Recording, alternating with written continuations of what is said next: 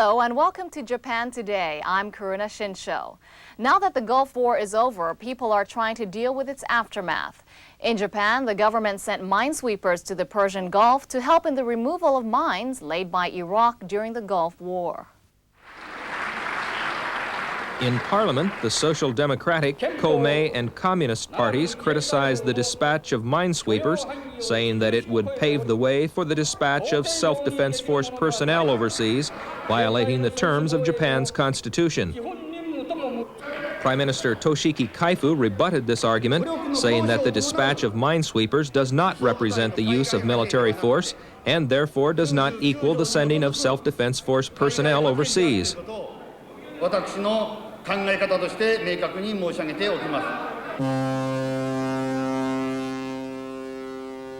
A total of 6 vessels were sent to the Gulf. They departed from the 3 ports of Kure, Yokosuka, and Sasebo. Meanwhile, various campaigns to provide aid to Gulf War refugees are gaining momentum. United Nations High Commissioner for Refugees, Sadako Ogata, visited northern Iraq to find out exactly what conditions are like among the 1.5 million Kurdish refugees. After the inspection tour, she came to Japan and met Foreign Minister Taro Nakayama to request additional aid for the Kurds. Ogata said the refugees were in dire need of blankets and tents. She asked Nakayama to cooperate in this respect, and Nakayama promised to consider the matter. Triggered by Ogata's request, private sector fundraising efforts began.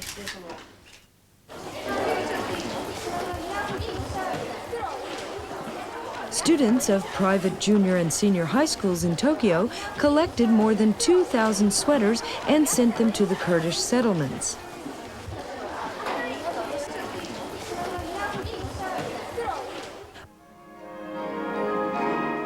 Also, a charity concert under the sponsorship of NHK and other organizations was held to provide funds for the dispatch of medical supplies and blankets to the refugees.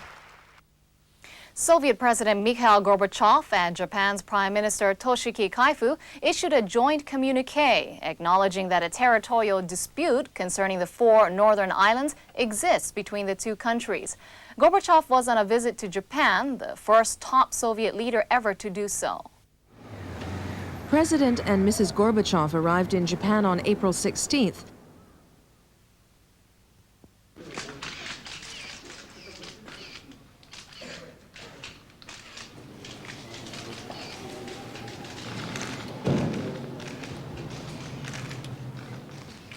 On the first day of his visit, Gorbachev held talks with Prime Minister Kaifu.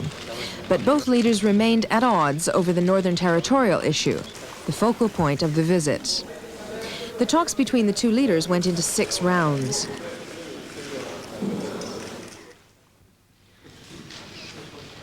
Gorbachev and Kaifu signed a joint statement on April 18th.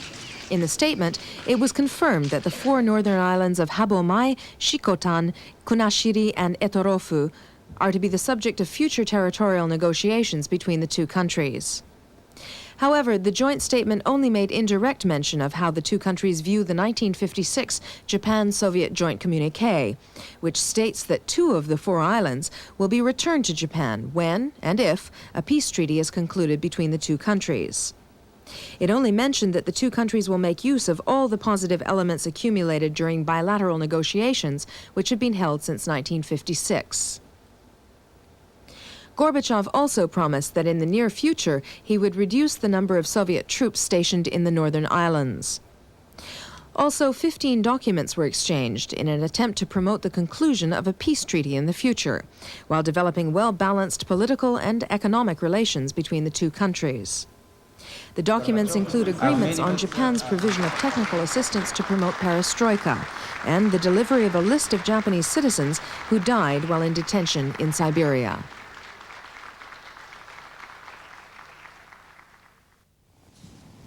The outcome of the issue that was most anticipated by the Japanese people was that of the Northern Territories. In the joint communique, there was no mention of Japan's sovereignty over the 4 disputed islands.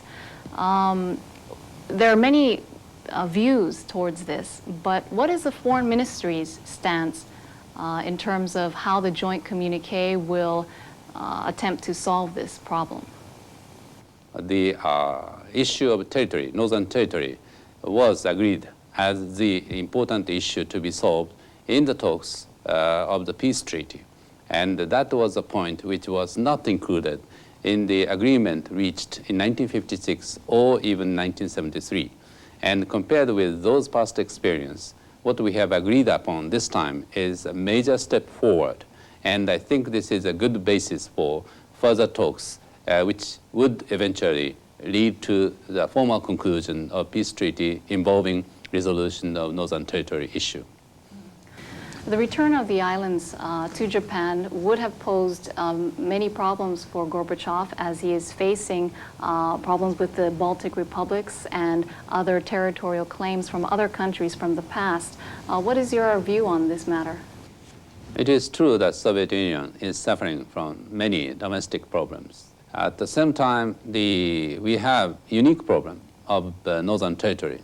We believe this is something which is termed as legacy of Stalinist expansionism.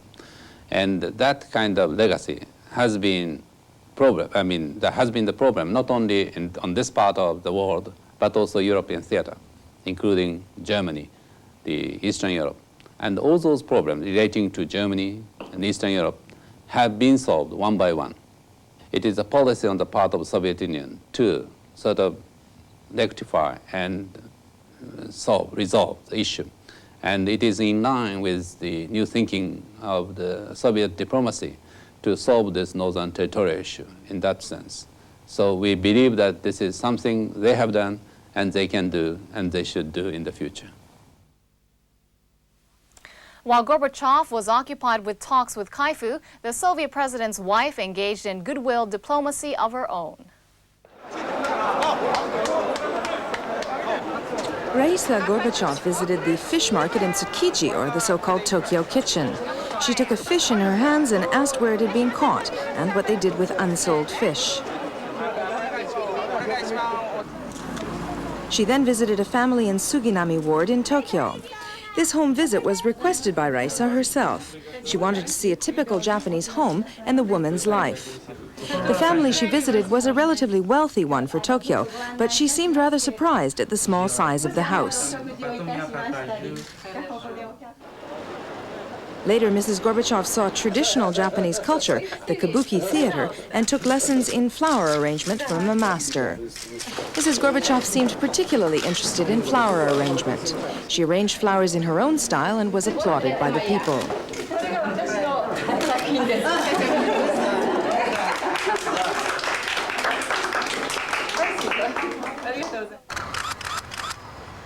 In her last day in Tokyo, the Japanese and Soviet leaders and their wives attended a tree planting ceremony in the garden of the government guest house. Smiling, the leaders planted the tree. Prime Minister Kaifu told Gorbachev it was a linden, saying he hoped it would grow big and that he hoped friendship would be promoted by the tree. The unified local elections, which are held once every 4 years, took place nationwide on April 7th and 21st. And in the Tokyo gubernatorial election, which was the focus of attention, incumbent Governor Shunichi Suzuki was returned for a 4th term. In the Tokyo gubernatorial election, the Liberal Democratic Party's national headquarters did not endorse 80-year-old Suzuki, citing his advanced age. Instead, the national headquarters of the LDP, the Democratic Socialist, and Komeii parties endorsed former news anchorman Hisanori Isomura. Suzuki, meanwhile, was supported by the Tokyo prefectural chapters of the LDP and the Democratic Socialist Party. Suzuki beat Isomura by a large margin, partly because of his extended and effective tenure as governor, and partly because of the many sympathy votes that he garnered. In order to take responsibility for the divisions caused in the selection of candidates, the LDP's Secretary General, Ichiro Ozawa, resigned from office. Keizo Obuchi succeeded Ozawa. Obuchi was a former chief cabinet secretary. Also, in the prefectural assembly election, which coincided with the governor's race, The LDP greatly increased its seats, while the Social Democratic Party suffered a major setback. Meanwhile, among the mayoral elections held on April the 21st, the Nagasaki contest attracted the most attention. Incumbent Mayor Hitoshi Motoshima was re-elected. He was shot by a leftist gunman last year after publicly saying that partial responsibility for the Second World War lay with the late Emperor Showa. Motoshima was originally endorsed by the LDP, but because of his statement regarding the emperor, the LDP and Democratic Socialist parties fielded another candidate, while the Social Democratic Party supported Motoshima. Another highlight of the unified elections was the victory of a female lawyer, Harue Kitamura, in the mayoral race in Ashiya in Hyogo Prefecture. That's an upscale dormitory town in the Kansai region. Kitamura became the first female mayor in Japan, campaigning on improving education. She defeated the incumbent mayor, who was endorsed by the LDP. An out-of-court settlement has been reached in a collective suit for damages filed against Boeing Corporation by bereaved families of a JAL jet plane accident 6 years ago. In 1985, 520 passengers and crew were killed, the largest number ever in a single plane accident, when a JAL Boeing 747 jetliner crashed into a mountain in Gunma Prefecture. This case, which has just been settled out of court, is the largest of the lawsuits filed in connection with the accident. 139 bereaved families are demanding damages payments. Boeing admitted that its insufficient repair work on the fuselage caused the accident. Negotiations on the size of the compensation payments have been based on this admission. In the compromise, Japan Airlines agreed to cover some of the compensation payments under an arrangement with Boeing. With this agreement, the question of compensation for the more than 500 victims is finally in sight.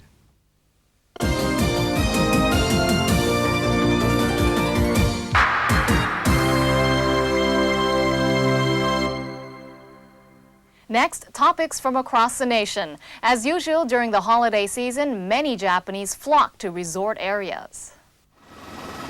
In Japan, there are 3 long holidays each, of which last almost a week. The year-end and New Year holiday, the Obon holiday in the middle of August, and the so-called Golden Week from the end of April to early May. During Golden Week, there are several national holidays, including Constitution Day and Children's Day. So if people take paid holidays and a Saturday and a Sunday during this period, they can take a week off. This is Tokyo Station, the gateway to southeastern Japan. We'll just see the people flooding on this platform. This is the start of the Golden Week holidays. これからどちらの方に向かわれるんですか? 京都です。I'm going to Kyoto for 3 days. I know everywhere is full at this time of year, but office workers like me can only go on trips on occasions like this long holiday. It's crazy. But why did you choose this time? Because I have to go. I'm going to Kyoto to meet some friends. Oh.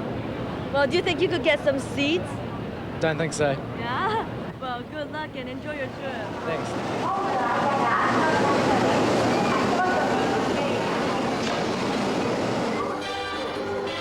In Golden Week this year, the greatest number of people ever, or about 70 million of them, went to resorts all over Japan. The biggest reason is due to the fine weather nationwide.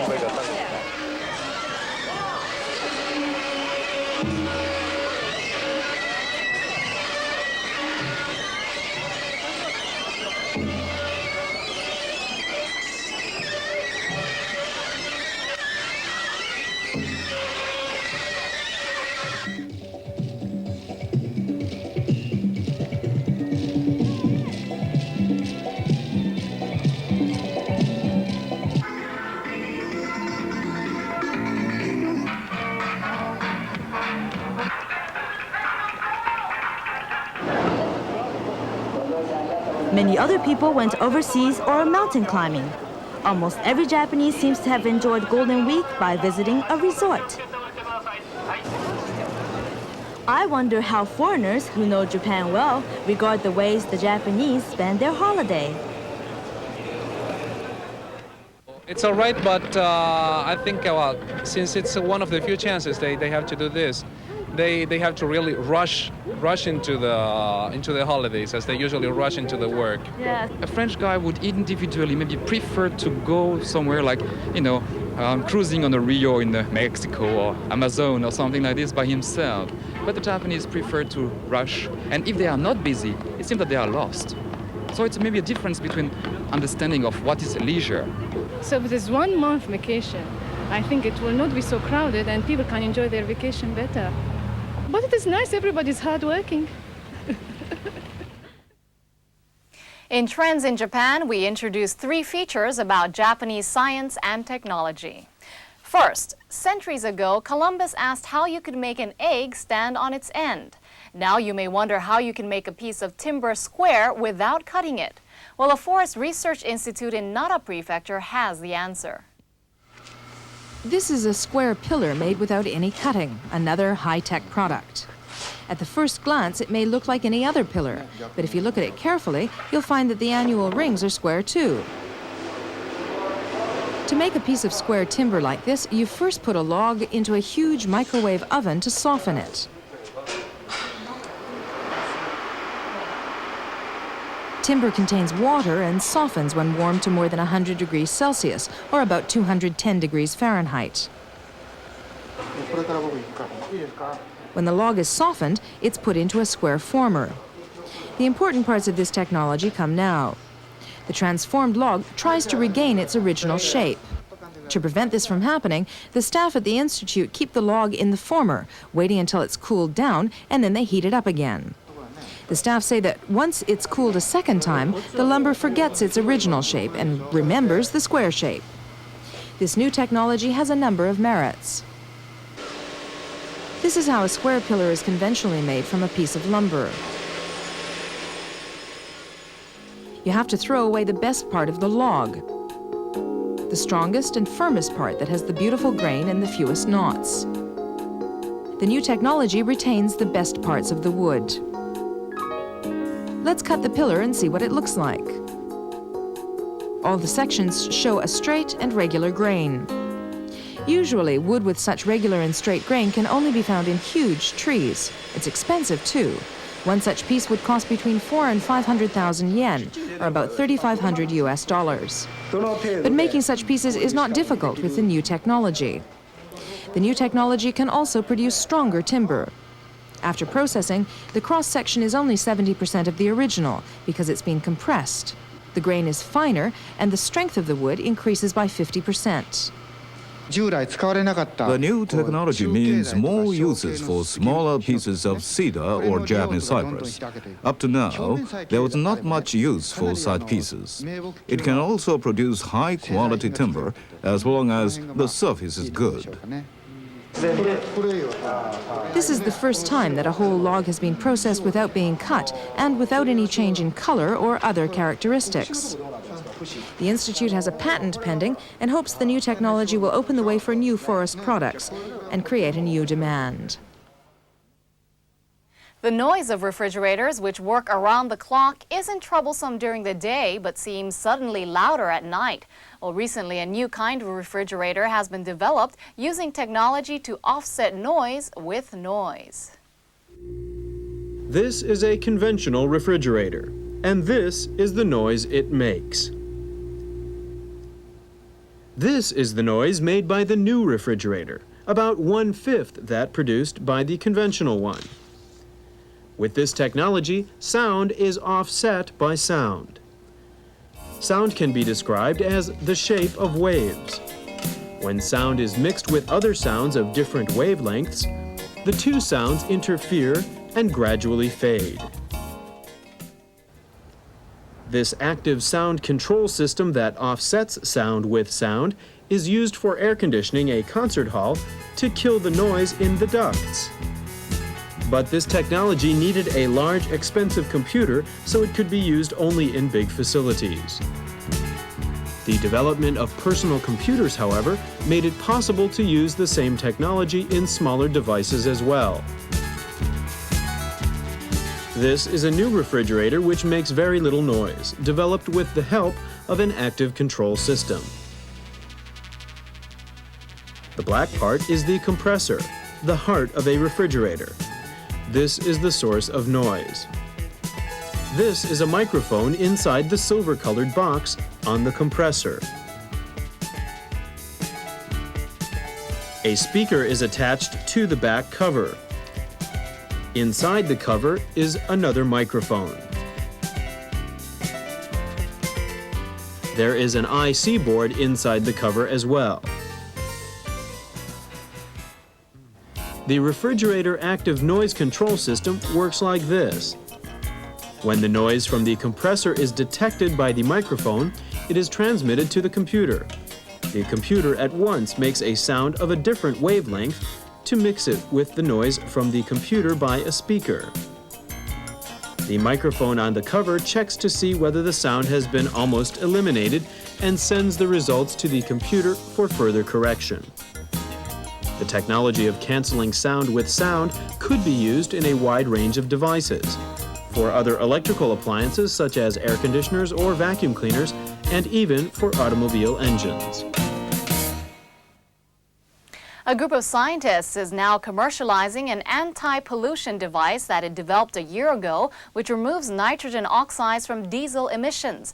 The device uses the plasma discharge phenomenon observed in lightning and auroras.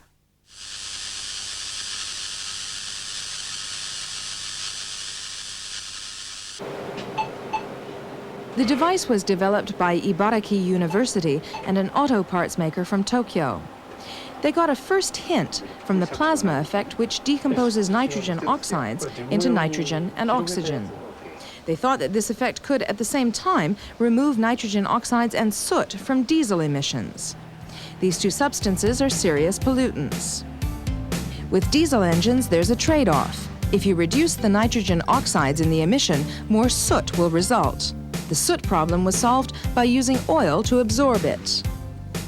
The equipment consists of 120 pipes in which a plasma discharge is generated. When the diesel emission passes through the pipes, fast electrons generated by the plasma discharge decompose the nitrogen oxides into harmless nitrogen and oxygen. The scientists say that in one experiment, they were able to remove 70% of the nitrogen oxides in the emission. Oil is also fed into the pipe and becomes a mist when the plasma discharge occurs. The oil mist absorbs the soot and is recovered at the outlet. The scientists say almost all the soot is removed. The scientists also experimented with a small prototype to see if this equipment can be fitted to a car. They say that the small device was not as effective as the full-sized one, but that it was capable of reducing the harmful diesel emissions to a level permitted by current regulations. The scientists say the equipment can not only be used in cars, but also with indoor power generators or air conditioners that have diesel engines. Now sports. The unified Korean team recently won the championship in the women's team event in the World Table Tennis Championships at Makuhari Messe in Chiba Prefecture. They beat a powerful Chinese team.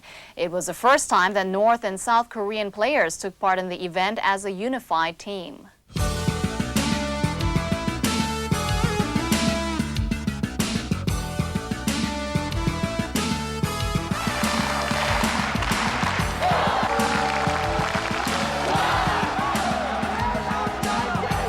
The final of the women's team event was between Korea and China, both of which were unbeaten.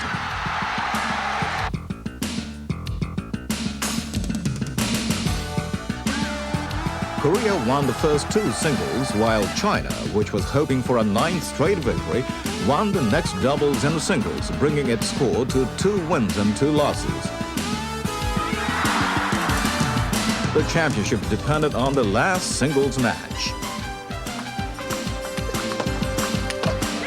Yu Sun-bok from Korea and Gao Jun from China played a heated match, never yielding to their opponent. Yu Sun-bok lost 2 points in the final set with faulty services, and she was driven into a very difficult situation. But by concentrating splendidly, Yu Sun-bok beat Gao Jun 3-2, bringing a first victory to Korea. At the moment of victory, the spectators applauded the unified Korean team thunderously because it had overcome the divisions of politics.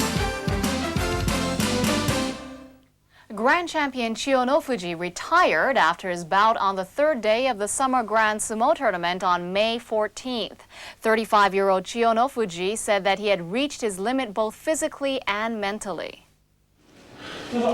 Chiyonofuji dropped out of the first tournament of the year after tearing a muscle in his left arm. He was trying to make a comeback in the summer tournament.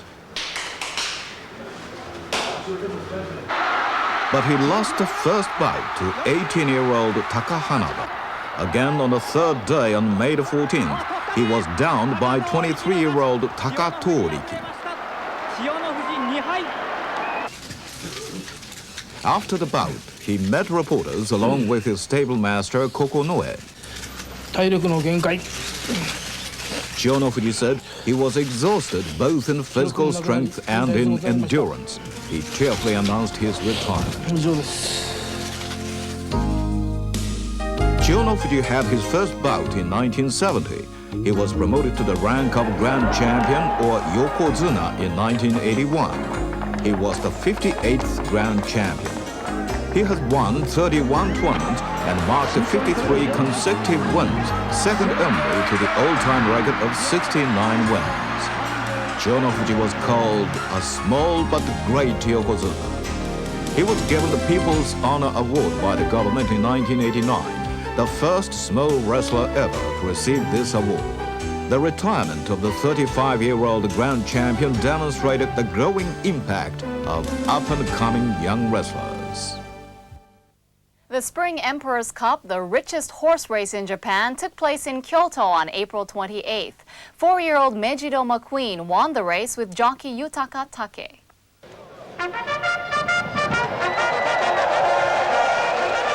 The race was run in the 3,200-meter or 2-mile course in Kyoto, and 18 horses competed.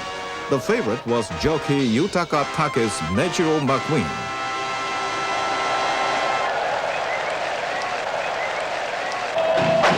Start しました。第103回天皇賞のスタートです。第1コーナーのカーブに差し掛かりました。先頭メジロ McQueen raced aggressively, and in the home stretch he came into the top position and reached the finishing post first.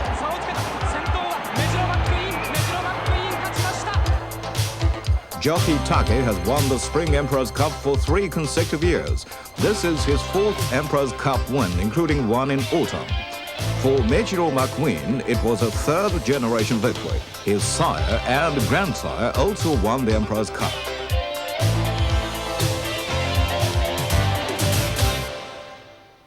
And that's all for this edition of Japan Today. We hope to see you in our next edition. I'm Kuruna Shinsho. Sayonara.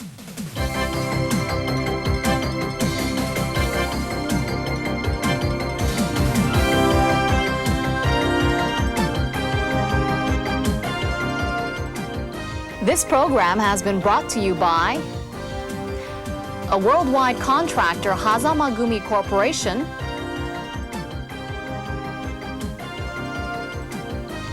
NTT,